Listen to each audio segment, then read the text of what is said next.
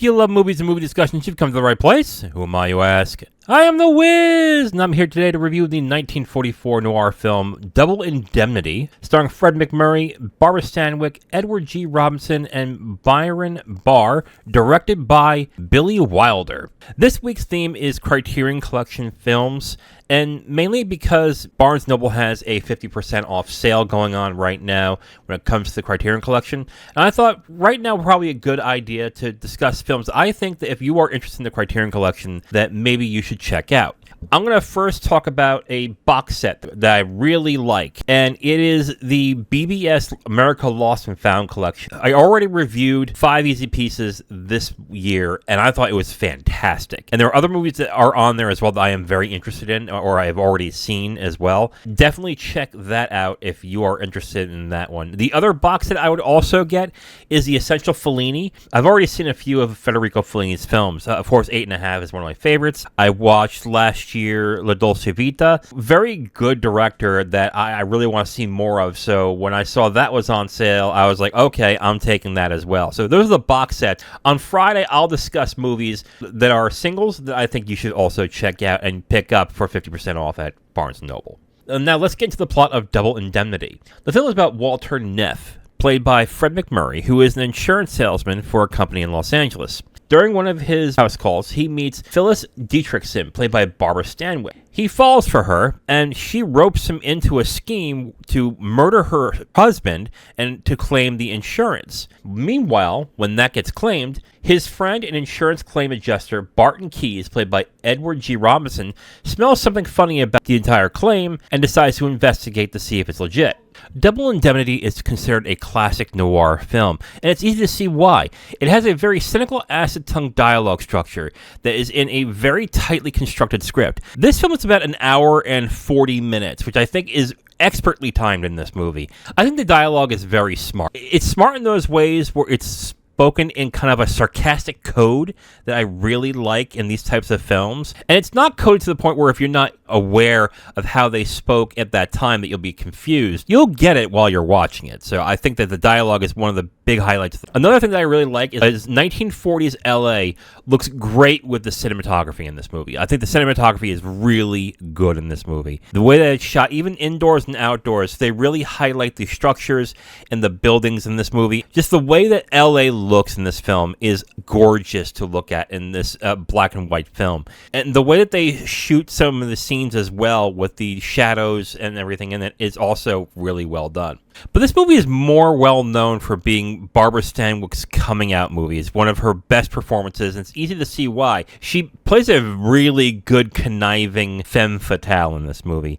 And how she does it well, because she owns both sides of this character. It's from the beginning of the movie when she is acting like somebody who is in distress and is just depressed and hates her life and wants to get out of it any way she can. But then as the film goes on, you realize the truth about her. She owns that part too and is very good on that end. So in that performance, I think she's very good. But to me, I think the best performance of the film, the one that I liked the most, was Edward G. Robinson as Keyes in this film.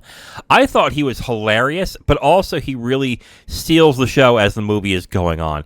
He portrays Keyes as a quick-witted, very cynical person who is also dogged but very devoted to his job. But not devoted to that point where he's annoying, but it's kind of endearing in that way that he is. Where I would say that the main character is really not that devoted to his job. He's more interested in the ancillary things. I mean, he does his job well, but he's kind of lackadaisical about it. But I think Edward G. Robinson's performance as Keyes in this movie, I think, is the best performance. I think he is easily the funniest and the most likable character, and he's also the one that keeps the film interesting when it's not involving Stanwyck and MacMurray in the principal plot line of the film. I think how the crime was done was pretty well done. You see MacMurray's character confessing to the entire crime. To see where he messed up and to guess where he might have messed up was, I think, the interesting part about this movie. And honestly, I think it's what made the film entertaining, even though I think there were a lot other things in the movie that were worked on really well. I think MacMurray's performance is really the only performance that I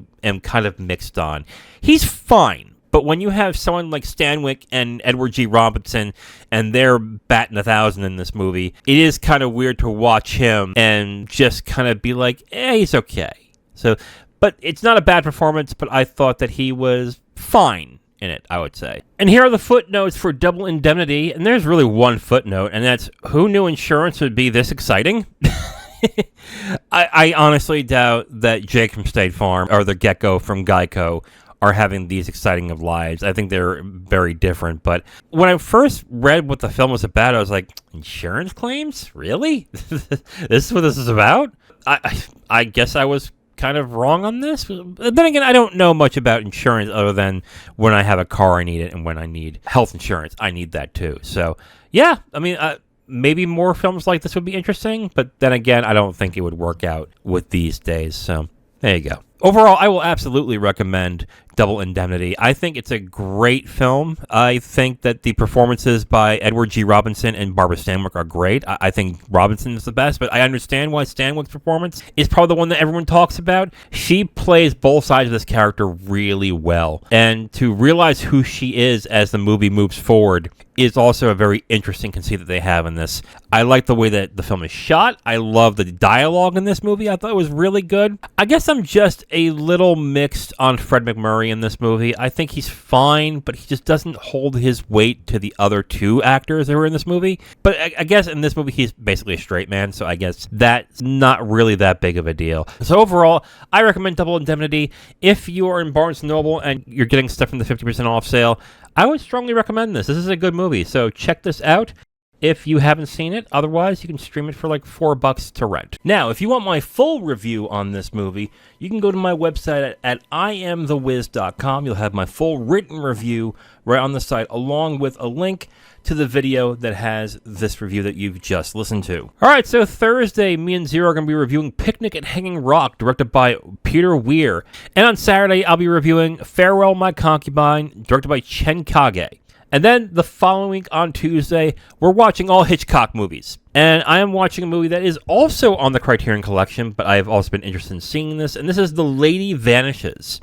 I can't even think of a Hitchcock movie that I've seen right now that I can actually say I actively disliked. But then again, there might be one that is a little divisive that we might be checking out that week. So tune in next time. We're on Thursday. I'll be reviewing with Zero Picnic at Hanging Rock, directed by Peter Weir. Saturday, Farewell, My Concubine, directed by Chen Kang. And Tuesday, The Lady Vanishes, directed by Alfred Hitchcock. I am The Wiz, and I'll talk to you next time. Bye.